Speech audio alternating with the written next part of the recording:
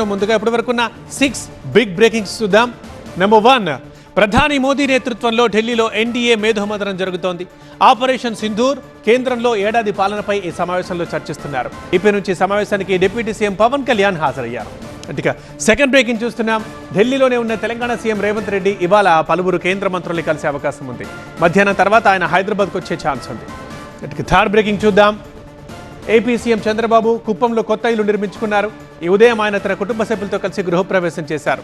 శివపురంలోని కొత్త ఇంట్లో చంద్రబాబు ఆయన కుటుంబ సభ్యులు పూజలు చేశారు. ఇక ఫోర్త్ బ్రేకింగ్. విజయనగరంలో సిరాజ్ అండ్ సమీర్లని 3వ రోజు ఎన్ఐఏ విచారిస్తోంది. ఉగ్ర కుట్రల్ని మరింత కూపిలాగుతోంది ఎన్ఐఏ బృందం. వీరిద్దరిని ప్రశ్నించినప్పుడు కొన్ని కీలకమైన విషయాలు బయటకు వచ్చాయి. వాటిపై ఎన్ఐఏ ఫోకస్ చేసింది. ఇక ఫిఫ్త్ బ్రేకింగ్ చూస్తున్నాం. అమెరికాలో పర్యటిస్తోంది థరూర్ నేతృత్వంలోని భారత ఎంపీల బృందం.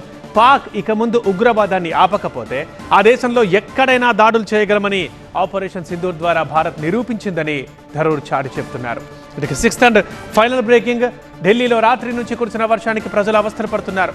100 విమానాల రాకపోకలపై ఈ ప్రతికూల వాతావరణం ప్రభావం చూపించింది. అలాగే తమిళనాడులో కొన్ని ప్రాంతాల్లో రెడ్ అలర్ట్ జారీ అయింది. ఇవి ఇప్పటివరకున్న 6 బిగ్ బ్రేకింగ్స్.